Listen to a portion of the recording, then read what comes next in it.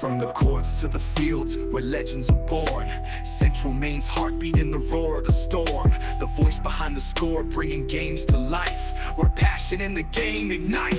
Central Maine Sports, AJ Knight. Central Maine Sports, AJ Knight.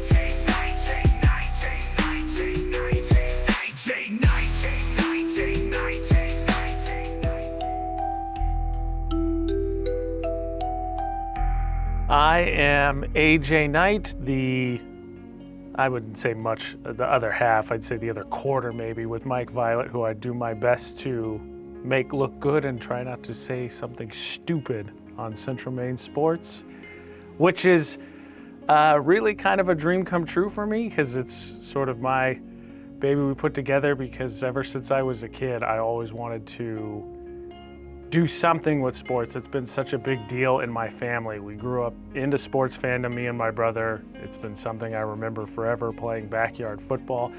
Unsurprisingly, given this body type, did not play a ton of sports in high school myself, but never got away from it in terms of discussing it, writing for the student newspaper, going to college, reporting on sports, going into my career and reporting on sports. And so getting to call games was something I have always wanted to do and really didn't get to do for the better part until this last half decade, and have just absolutely fallen in love with doing it because it's sports. As Mike actually says all the time, it's not work.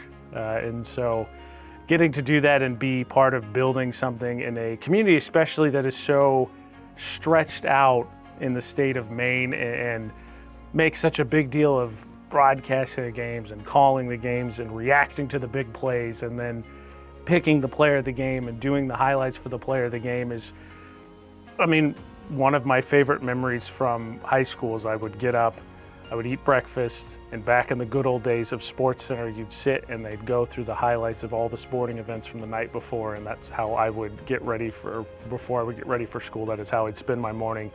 And just getting to do just a little sample of that is really cool, and I hope makes an impact in the community, as it just sort of highlights the cool things that are happening, because this year especially, we have seen some truly nuts things in the games that we have done. And if you've listened, I've referenced it a bunch of times in terms of the things that Mike and I have seen this year that in the previous calendar year that we've been doing, this calendar year plus, we had never seen before. And so it's just a ton of fun. It's not work for me. It's something that's really cool to see, especially as we've seen the social media and the YouTube channel grow, which is just validating.